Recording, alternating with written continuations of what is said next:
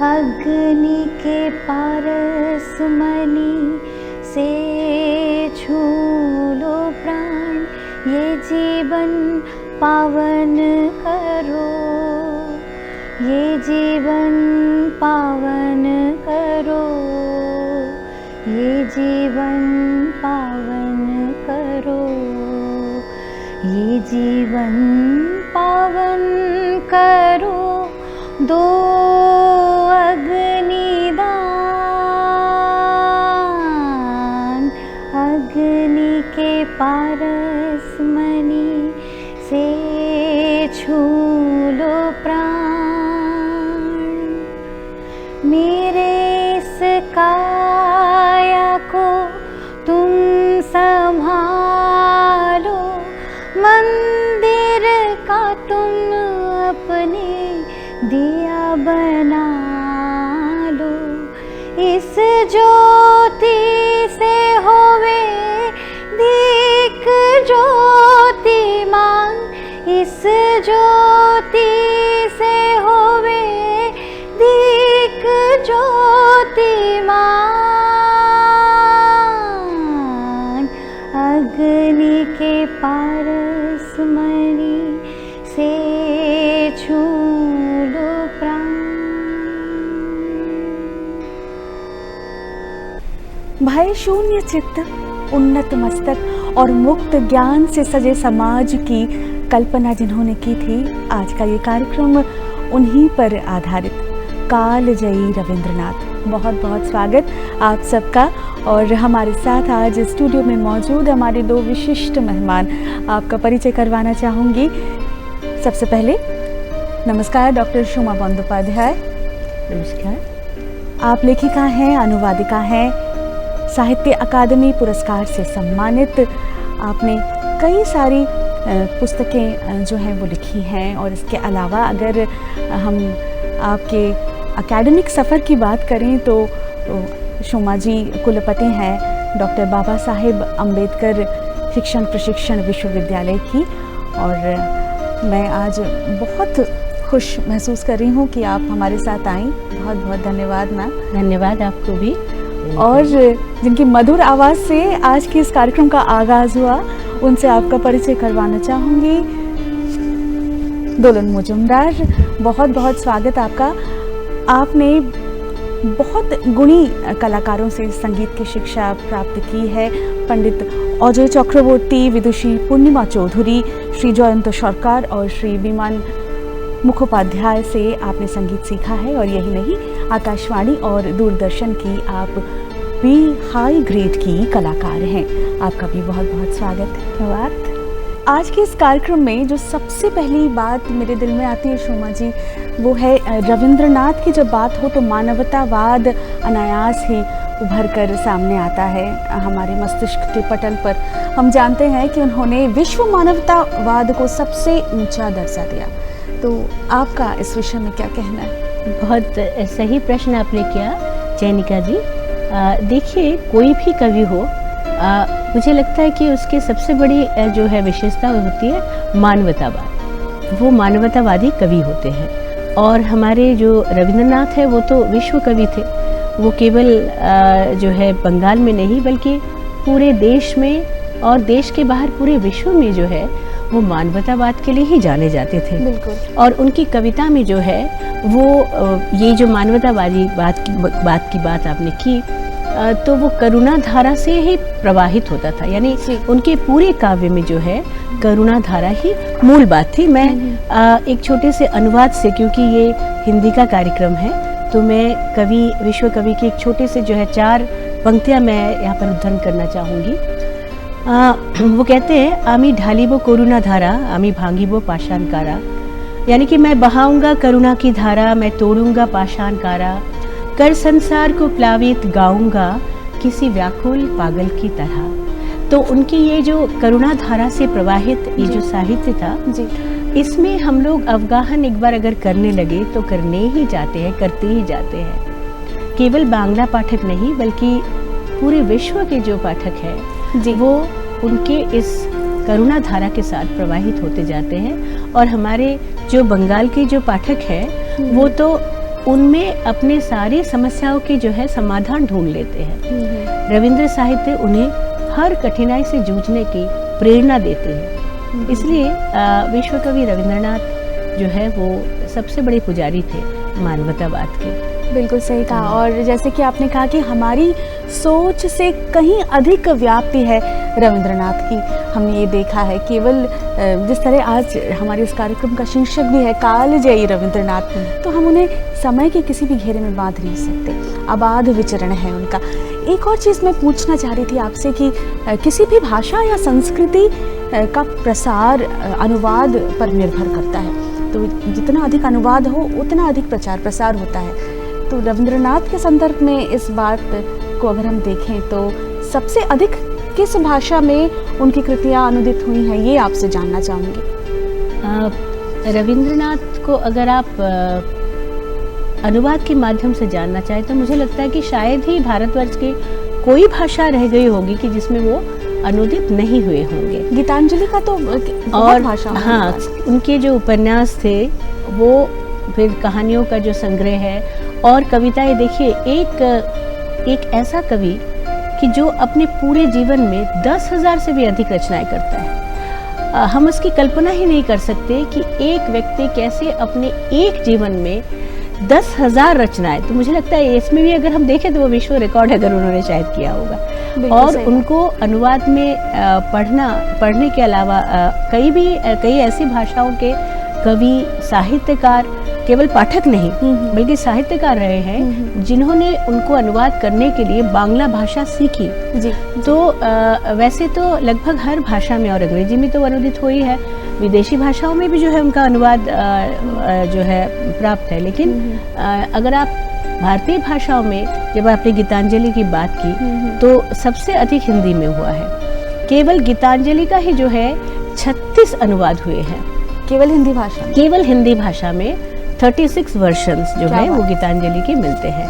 और इसका जो मुझे लगता है कि एकदम जो लेटेस्ट वर्जन है जो वो 2019 में छपी थी। तो यानी कि इससे आप पता लगा सकते हैं आपको कि रविंद्रनाथ अब भी कितने प्रासंगिक हैं। बहुत। और मैंने जो कहा ना कि उनकी कविताओं में हम अपने दुख, दर्द, खुशी, गम, सब कुछ जो है वो हमको लगता है कि उनकी हर एक कविता में हमारी सारी समस्याओं के समाधान मिल जाते हैं। बिल्कुल सही बात। और वही दिन के आखिर में जो है हम जाके उन्हीं की कविताओं की शरण लेते हैं। और हिंदी साहित्य का जहाँ तक सवाल है तो हमेशा साहित्यकारों ने प्रेरणा ली, वो इंस्पायर हुए, तो क्या हम इसे वर्गीकृत कर सकते हैं? सबसे पहले आचार्य हजारी प्रसाद द्विवेदी के बारे में मैं पूछना चाहूँगी आपसे इस विषय में। हाँ, द्विवेदी जी की बात आपने बिल्कुल सही की, क्योंकि देखिए रविंद्रनाथ की शांतिनिकेतन विश्व भारती के बारे में हम सब जानते हैं। तो जब रविंद्रनाथ टैगोर ने इस शांतिनिकेतन की यानी कि विश्व भारती की स्थापना की थी, तो उन्होंने एक ऐसे जो है जगत की, ऐसे शिक्षा निकेतन की उन्होंने कल्पना की थी कि जहाँ पर ये जो अबाध विचरण की बात आपने की कि प्रकृति के क्रोध में बच्चे खेलेंगे, वही वो शिक्षा लेंगे, और शिक्षा के साथ साथ जो जिसको कहते हैं होलिस्टिक डेवलपमेंट, यानी उनके सर्वांगीण विकास की बात उन्होंने की थी। और ऐसे में हम देखते हैं कि द्विवेदी जी ही नहीं, अलग अलग भाषाओं के बड़े बड़े जो विद्वान थे उनको वो ले गए थे, और हिंदी में उनकी इच्छा थी कि हिंदी को भी जो है वहाँ पर लोग पढ़े, और हिंदी के प्रति उनके मन में काफ़ी श्रद्धा थी। उन्होंने एक समय में कहा था, सुंदर दास ग्रंथ जब रचना की थी तो उसके जो है भूमिका में उन्होंने लिखा था कि एक दिन हिंदी आपोन मूल्य जोड़े, आपोन साहित्यिक मूल्य जोड़े পুরো বিশ্বে সে তার সম্মান আদায় করে নেবে, यानी कि अपने आंतरिक मूल्यों के बल पर ही एक दिन हिंदी पूरे विश्व में राज करेगी। और इसी उद्देश्य के साथ उन्होंने हिंदी भवन की स्थापना की, और वहाँ पर आचार्य हजारी प्रसाद द्विवेदी जो कि हिंदी के बहुत बड़े विद्वान थे, बहुत बड़े आलोचक थे, उनको वहाँ पर वो लाए, और वो एक उनके बुलावे पर वो आ गए और उन्होंने हिंदी भवन को संभाला। सिर्फ यही नहीं, गुरुवर की इच्छा से उन्होंने एक पत्रिका निकाली जी, जो पत्रिका 100 वर्ष पूरा कर चुकी है, विश्व भारती पत्रिका, और आज भी वो निकलती है। एक बेहद ही बहुमूल्य ये बात आपने हमारे दर्शकों के साथ साझा की शोमा जी। और अब मैं निवेदन करती हूँ दोलन जी से कि वो हमारा ये जो कार्यक्रम है इसे एक खूबसूरत मोड़ दें और हमें एक और रविंद्र संगीत सुनाएं। मैं उससे जोड़कर जो आपने अभी बात कही जी। मैं दोलन जी के लिए एक बहुत ही आसान जो है मैं वो परिवेश में तैयार कर दूंगी। मैं आपको बताना चाहती हूँ कि ये जो विश्व भारती पत्रिका की बात हमने की ना, वो मूलतः अनुवाद की पत्रिका होती थी। उसमें सबसे पहले गुरुदेव की एक रचना होती थी और उसके बाद जो है तमाम भारतवर्ष के अलग अलग भाषाओं की रचनाओं का हिंदी में अनुवाद होकर देवनागरी लिपि में ये छपी जाती थी। और संगीत जो है वो आप जानते हैं कि हजारी प्रसाद द्विवेदी जी ने उनको रविंद्रनाथ टैगोर को काफ़ी अनुवाद किया था, यहाँ तक कि उनके जो है रविंद्र संगीत का भी उन्होंने अनुवाद किया था। हाँ, तो हमारी इच्छा रहेगी कि उसी तरह से एक हाँ, मैं एक गाना गाना चाहूँगी, वो अमर बेला जे जाए। मेरा दिन ढल जाए साँझ हो आए, मेरा दिन ढल जाए साँझ हो आए, तेरे सुर ही सुर में सुर जो मिले, मेरा दिन ढल जाए। एक तार की एक तार में दर्द भरी धुन सदमा पाए, एक तार की एक तार में दर्द भरी धुन सदमा पाए, तेरे संग में बार ही बार हर मैं मानी, इस खेल में तेरे सुर ही सुर में सुर जो मिले, मेरा दिन ढल जाए। यहाँ पर मैं एक छोटी सी बात कहना चाहूँगी, जैसे प्रेम ही प्रेम, प्रेम में पगी हुई ये रचनाएं, कहीं पर आध्यात्मिक प्रेम है, प्रकृति प्रेम है, या फिर जिसे कहते हैं कि निछक ही प्रेम है।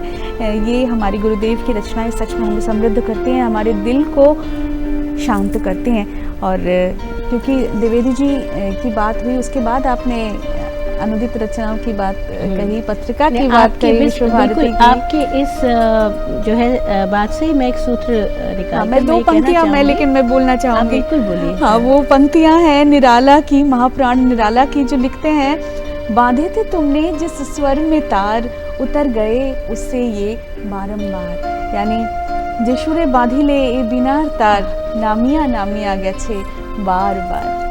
आप तो जानते हैं कि सबसे अधिक अगर कोई कवि प्रभावित थे हिंदी से जी, और वो भी बंगाल में रहने वाले, तो वो थे निराला। बिल्कुल बिल्कुल। और निराला का जन्म भी यहाँ पर हुआ था, और निराला ने स्वयं जो है उनकी कविताओं का अनुवाद किया था, उनकी रचनाओं का, और उन पर एक किताब उन्होंने लिखी थी, रविंद्र कविता कानन। बिल्कुल। अब जब मैं सुन रही थी आपको तो मुझे याद आ गया, कुछ एक वर्ष पहले मैं पानीपत गई थी कार्यक्रम में, और वहाँ मैंने यानी कि रविंद्रनाथ अब भी कितने प्रासंगिक हैं और कितने जो है उनको सुना जाता है जी।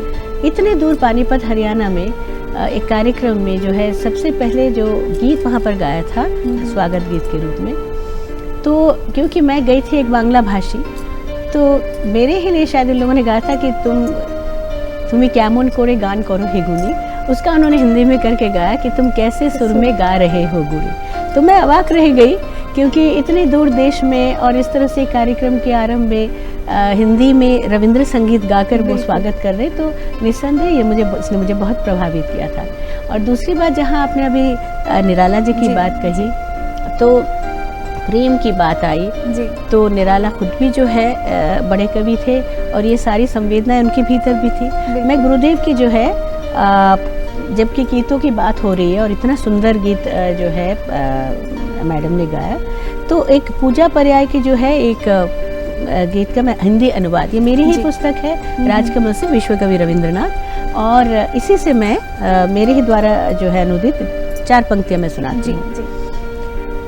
तुम्हारी वीणा हमारे हृदय में, अरूप तुम्हारी वाणी, खड़ी हो तुम मेरे गीत के उस पार, प्रभु तुम्हारी वीणा, तुम निस्संग घर में बैठे थे, फिर न जाने कब मैं बाहर निकल पड़ा, होगा मिलन तुम्हारा मेरा, इसीलिए तो सीमा के बीच असीम तुम, किया है मुझे तुमने अशेष, मेरी अनकही बातों का, आहा तुम्हारे साथ प्राणों का ये सहखेल।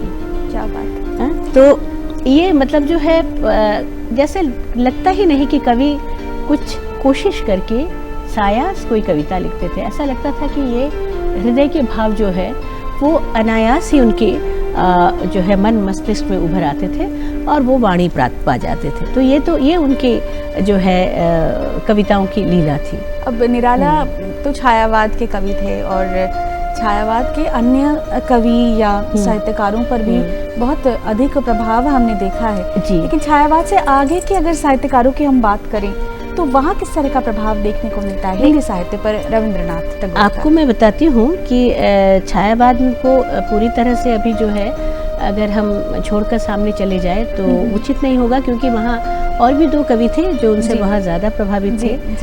एक तो महादेवी वर्मा जी, क्योंकि महादेवी वर्मा जी के जो सांध्य गीत और इन रविंद्रनाथ टैगोर की संध्या संगीत, तो इन दोनों में अगर आप कंपेयर करेंगे तो आप देखेंगे महादेवी जी कितना ज़्यादा, विशेषकर जो उनका जो आध्यात्मिक एक पहलू था उससे वो बहुत ज़्यादा प्रभावित करते थे। जब वो प्रिय मिलन की बात करते हैं तो वो हमेशा जो है मिलन से ज़्यादा महादेवी जी विरह को वो महत्ता देती थी, जो कि रविंद्रनाथ की कई कविताओं में, कई गीतों में जो है इस बात को हम लोग देखते हैं। और उसके बाद अगर आप प्रभाव की बात करेंगे तो हम बाद में चलकर देखते हैं, एकदम आप आगे तक अगर आए तो कई उनमें जो है बड़े बड़े, जैसे आगे जी ने खुद जो है उनको अनुवाद किया था, उनकी जो छोटी छोटी क्षणिकाएं जिसको हम बांग्ला में खोनिका बोलते हैं, तो आगे जी ने उनका अनुसरण करके क्षणिकाएं लिखी, बहुत छोटी छोटी हाइकू स्टाइल में।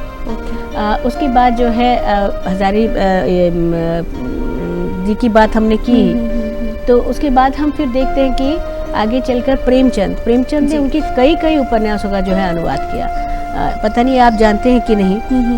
उसके बाद एक बार एक बहुत जो है प्यारा सा वाकया है कि शरद चंद्र को प्रेमचंद जी ने कहा कि क्या आप मेरे एक उपन्यास के जो है कितनी श्रद्धा उन लोगों के हृदय में थी, मैं बस खाली ये बताना चाहती हूँ।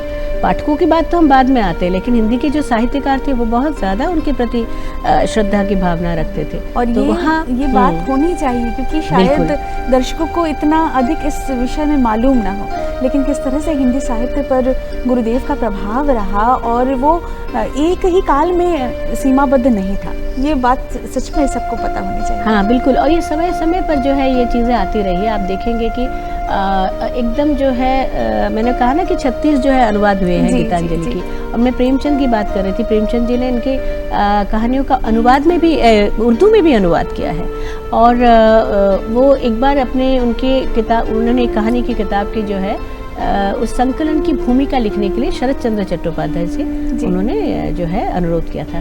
तो शरद चंद्र चट्टोपाध्याय ने कहा कि आपकी इस किताब की अगर कोई भूमिका लिख सकते हैं तो हमारे गुरुदेव लिख सकते हैं। अच्छा।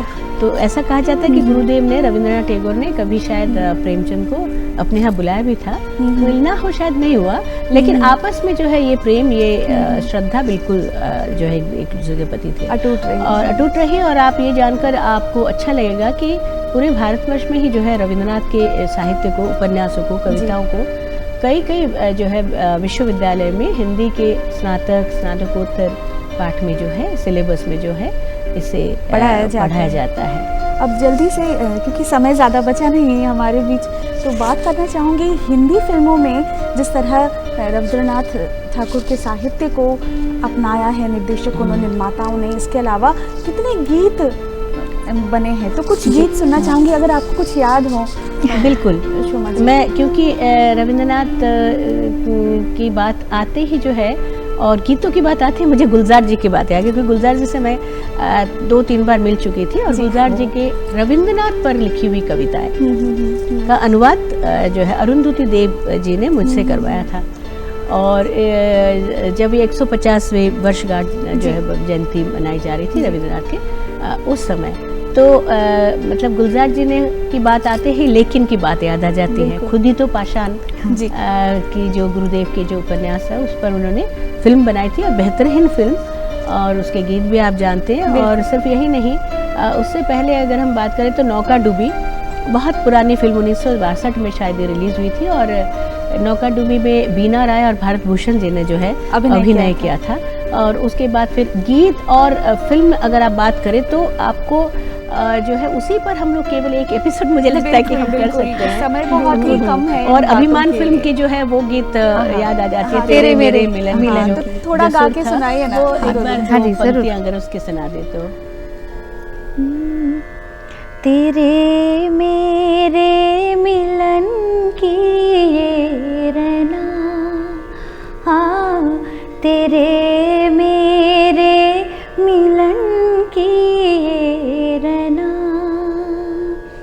नया कोई गुल खिलाएगी, नया कोई गुल खिलाएगी, तभी तो चंचल है तेरे नैना, देखो ना देखो ना तेरे मेरे मिलन की ये रना।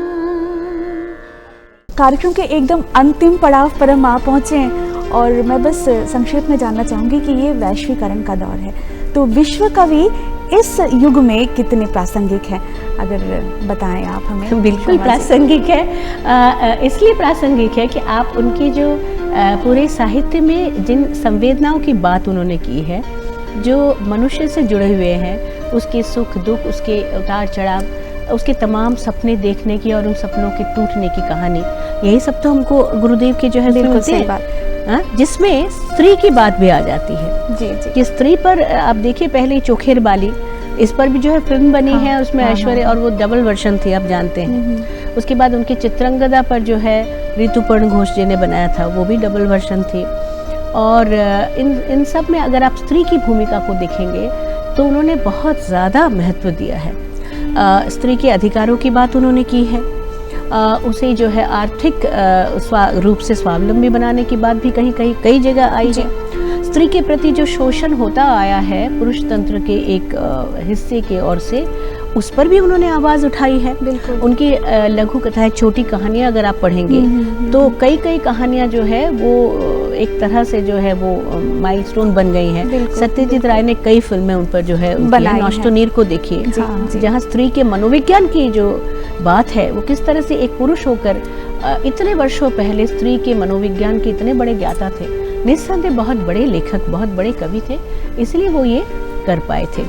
तो और जहाँ तक प्रासंगिकता अभी देखिए, परिणीता में शरतचंद्र चट्टोपाध्याय की जो है उस पर स्क्रिप्ट पर फिल्म बनी थी, लेकिन फूले फूले ढोले ढोले गान तो वही था और अब भी वो गुनगुनाते हैं। बिल्कुल सही बात। और इसी बात पर आज का ये कार्यक्रम हमें समेटना होगा।